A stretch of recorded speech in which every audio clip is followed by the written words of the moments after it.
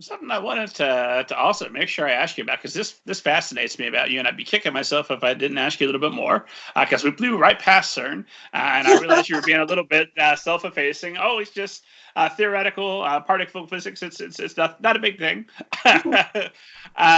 But your day job fascinates me because you're what, you're the science reader for the Perimeter Institute for Theoretical Physics.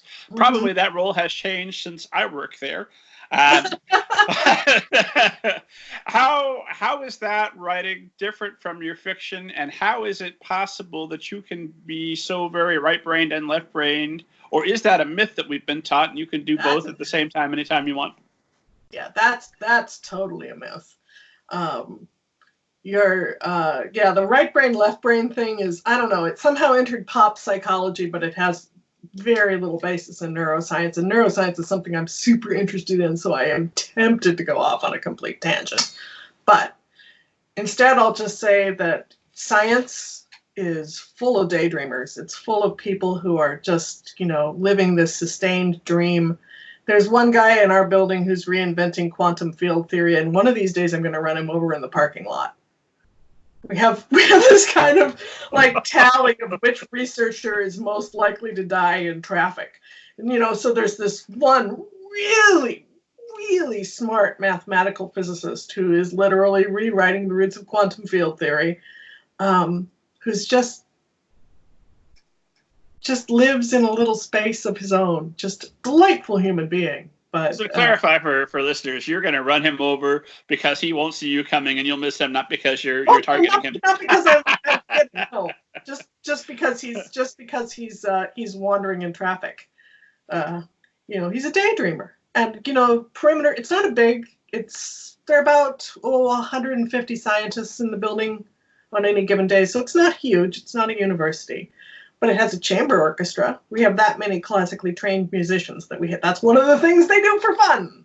They have a chamber orchestra, and and they have a squash tournament, and they're always off to play hockey or off to play soccer or stringing up slack lines in the park and learning to juggle.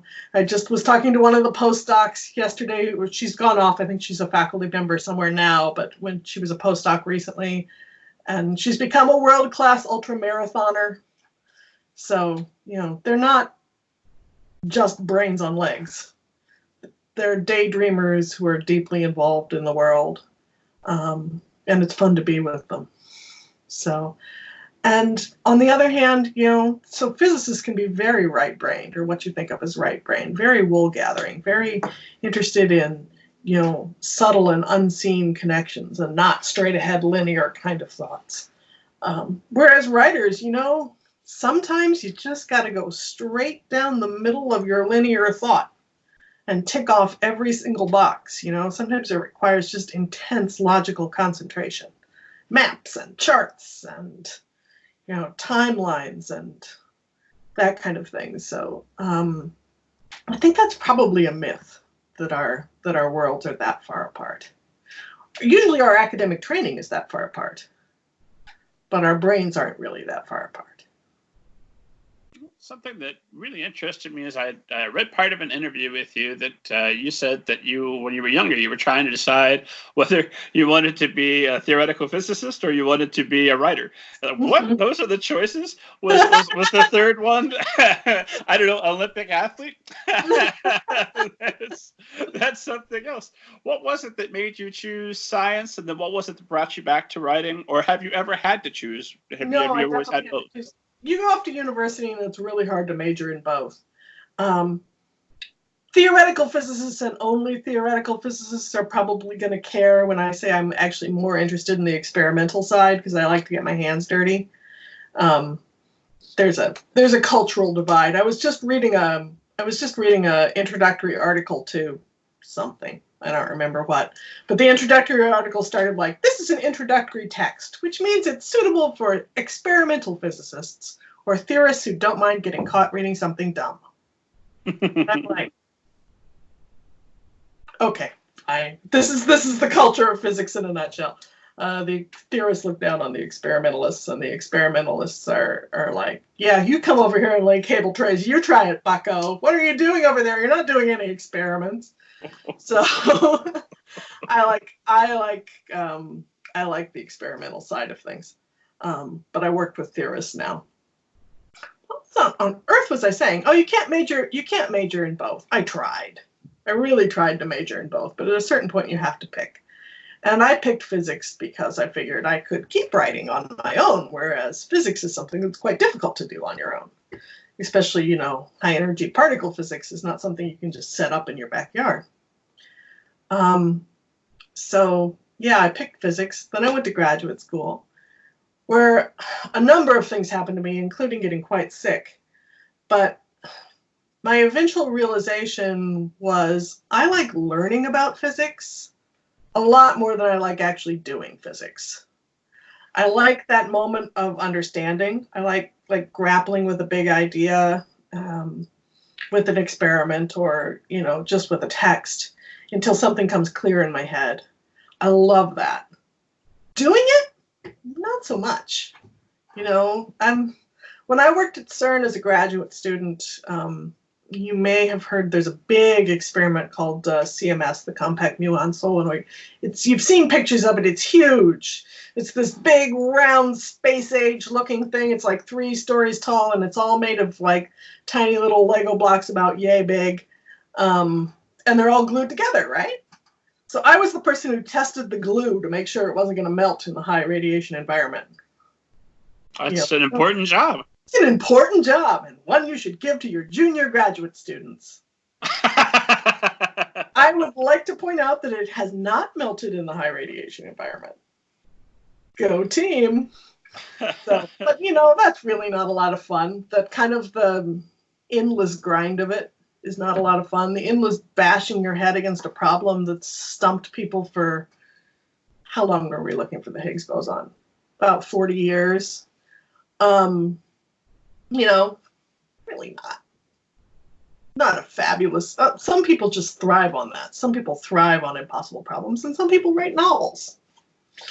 So I have found that what I really like now in physics is I get to grapple with those big outside ideas, these big cutting edge ideas, without actually having to bash my head against the math for 5 years at a time, or actually having to, stay up all night and do experiments for 10 years at a time before you get to some kind of conclusion.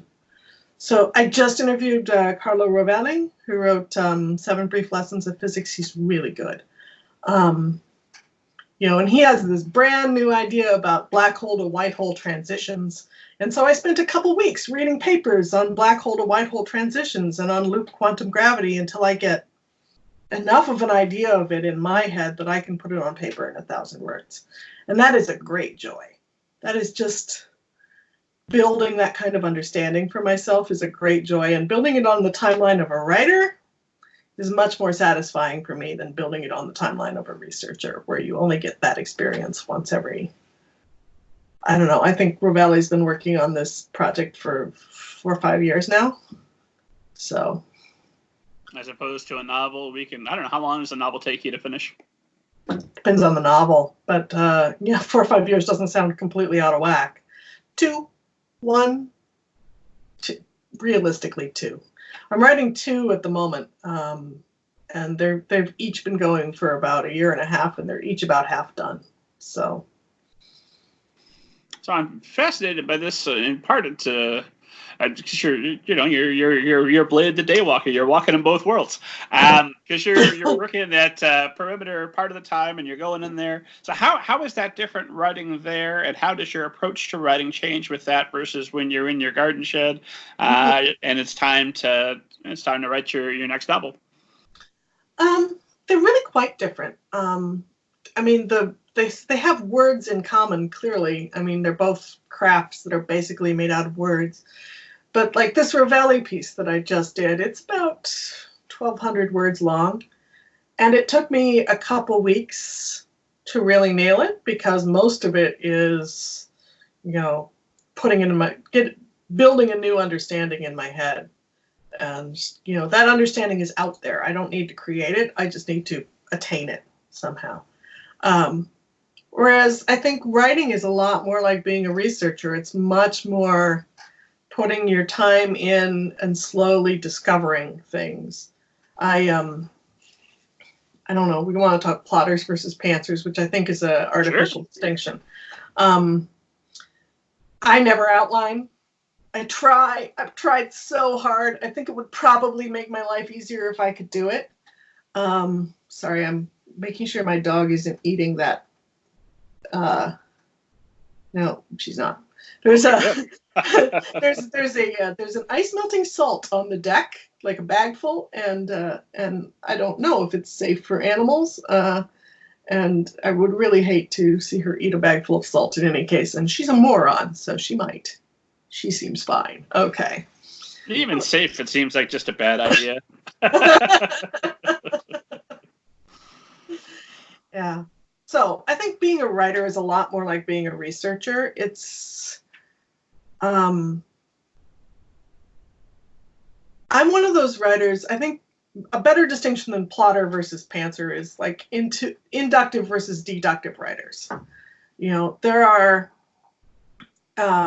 inductive writers who write from an outline and then discover the details in that outline that they need to put in each scene, right? So you know what you need the scene to accomplish, and then you deduce what you need. I might be getting induction and deduction backwards. Anyway, you figure out from knowing what you need the scene to do, what you need to put in the scene. And then there are people like me who like write the scene and then figure out what the scene is supposed to do. And find the little details in the scene which suggest the next scene. I can't write from an outline. I have to, you know, find the little details that inspire the next idea. I think that's probably much more how scientists work. So, you know, as a science writer, I'm writing from somebody else's ideas, and as a writer, I'm discovering my own. So really, they're almost mirror opposites. And the only thing they really have in common is, you know, the process comes out in words. So it's a great joy for me to get to do both.